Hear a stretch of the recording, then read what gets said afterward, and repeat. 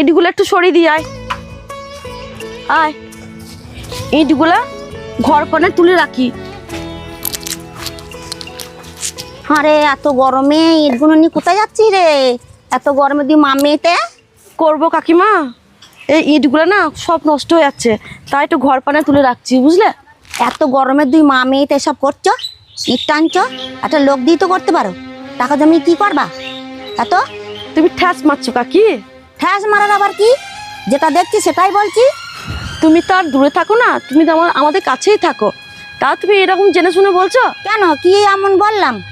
আমি তো শুনেছি সোনার বাবা তো বাইরে অনেক টাকা ইনকাম করে, সেটাই আমি বলেছি। হ্যাঁ কাকি, আমার বরের কাজটা চলে গেছে, প্রায় 4 বছর হয়ে গেছে লকডাউনে। তুমি জানো না মনে হয় আমাদের সংসারটা কিভাবে চলছে, সে একমাত্র আমরাই জানি। এই চিন্তায় আমাদের কুড়ে কুড়ে খাচ্ছে, এদিকে মেয়ে বড় হচ্ছে আর বিয়ের চিন্তায় কুড়ে কুড়ে খাচ্ছে। মা, এই মেয়ের বিয়ে দিতে কয় টাকা লাগে? এরকম তো বলবেই কাকি, তোমার তার মেয়ে নেই? তোমার ছেলে ভালো কাজ করে আর তোমার স্বামী ভালো চাকরি করে, তোমাদের কাছে এই টাকা কোনো ব্যাপারই না, আমাদের কাছে অনেক বড়। আমার ছেলে কাজ করে, আমার স্বামী চাকরি করে, তোর কি হিংসা হচ্ছে?